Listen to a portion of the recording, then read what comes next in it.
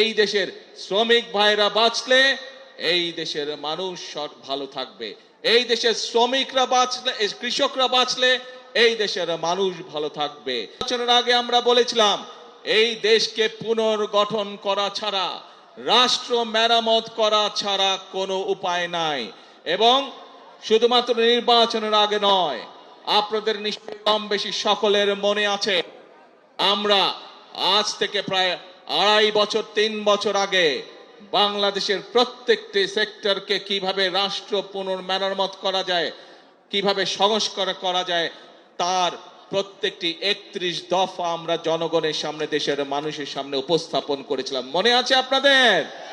মনে আছে।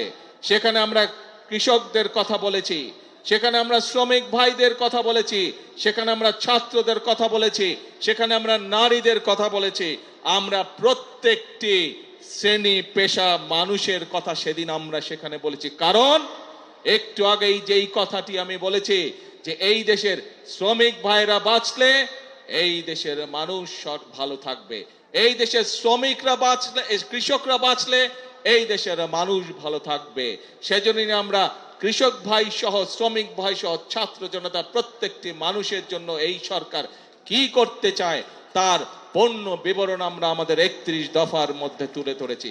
এবং প্রিয় ভাই বোনেরা, আমরা সেজন্য নির্বাচনের আগে বলেছিলাম যে আমরা শ্রেণী পেশা যাদেরকে যেই প্রতিশ্রুতি আমরা দিয়েছি সেই প্রতিশ্রুতি অনুযায়ী আমরা সরকার গঠনে সক্ষম হলে কাজ শুরু করব।